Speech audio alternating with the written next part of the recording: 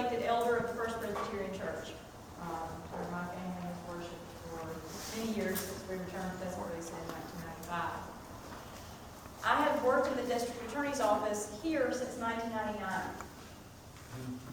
Before that, I was in private practice, primarily representing sheriffs in small counties. So I have almost never sat at a table in a courtroom without a law enforcement officer or a victim of crime sitting next to me. I received that calling to be a prosecutor in 1997 when I went to work in the Bessemer Division of Jefferson County. Since I've been in the DA's office, I want to share with you some of the things that I have done with other members of the DA's office in their leadership. We have changed the way we process cases. The cases that we feel like are going to settle, we try to get them settled more quickly. In fact, the sheriff told me last year, thank you.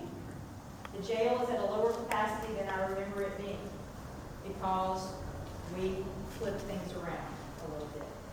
We didn't always send things to indictment before a grand jury. We tried to get them settled before the grand jury met because the law allows for that, and we have done that efficiently and regularly. I have a global approach to prosecution. What that means is that it is the policy of our office that we seek stiff sentences in prison for violent offenders. Some people call that bullying. I call it justice, victim's justice. For nonviolent offenders, and especially because of the recently passed Prison Reform Act, hundreds of prisoners are coming out of prisons as a result of that act. And we have got to effectively manage them through real, true rehabilitation programs. Recently, through the county's help and the university's help, and now the city of Tuscaloosa and the city of Northport, we have a new diversion program. It's enhanced, it's expanded, it will include additional offenders, and it's going to be called Second Chance for obvious reasons. It will include programming that will be aimed at redirection of these individuals to a more successful life through whatever life management things that they need. A lot of it is drug treatment, and we are providing those opportunities. In addition to that, I'm working with several in the community on a prisoner reentry program. Recently, several local government officials and I visited the program that I had previously visited. It is tried and true for 35 years, and they do what I call reparenting. They take a prisoner, find out what caused the criminal behavior, they address it in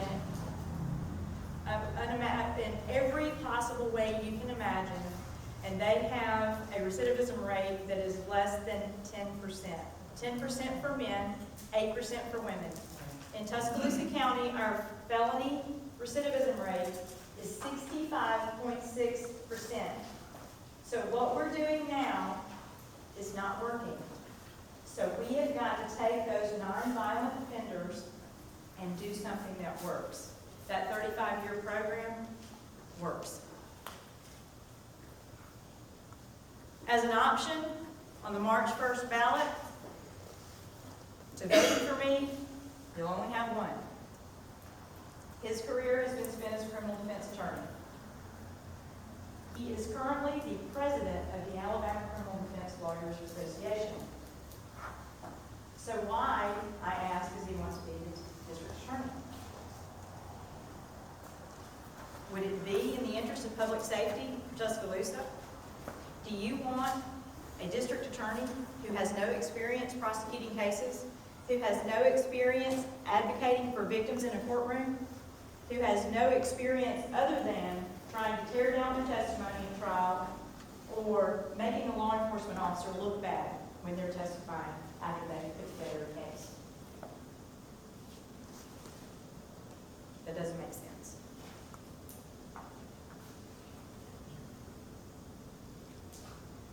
I'm watching my time. Thank you, Charlie. don't think Mr. Zinga agrees with you. So here's what I'd ask you to do. I'd ask you to promote public safety with me, to promote victims' rights. Let me tell you one thing that the Alabama Criminal Defense Lawyers Association promotes. That is obstruction of prosecution through training of other criminal defense lawyers to tear down DUI cases, to tear down traffic homicide cases, to tear down death penalty cases. And by the way, my opponent has never been involved in the prosecution of a capital murder case, except for one time, and I was involved in it. And it was under strange circumstances where his partner lost a family member and he had to step in.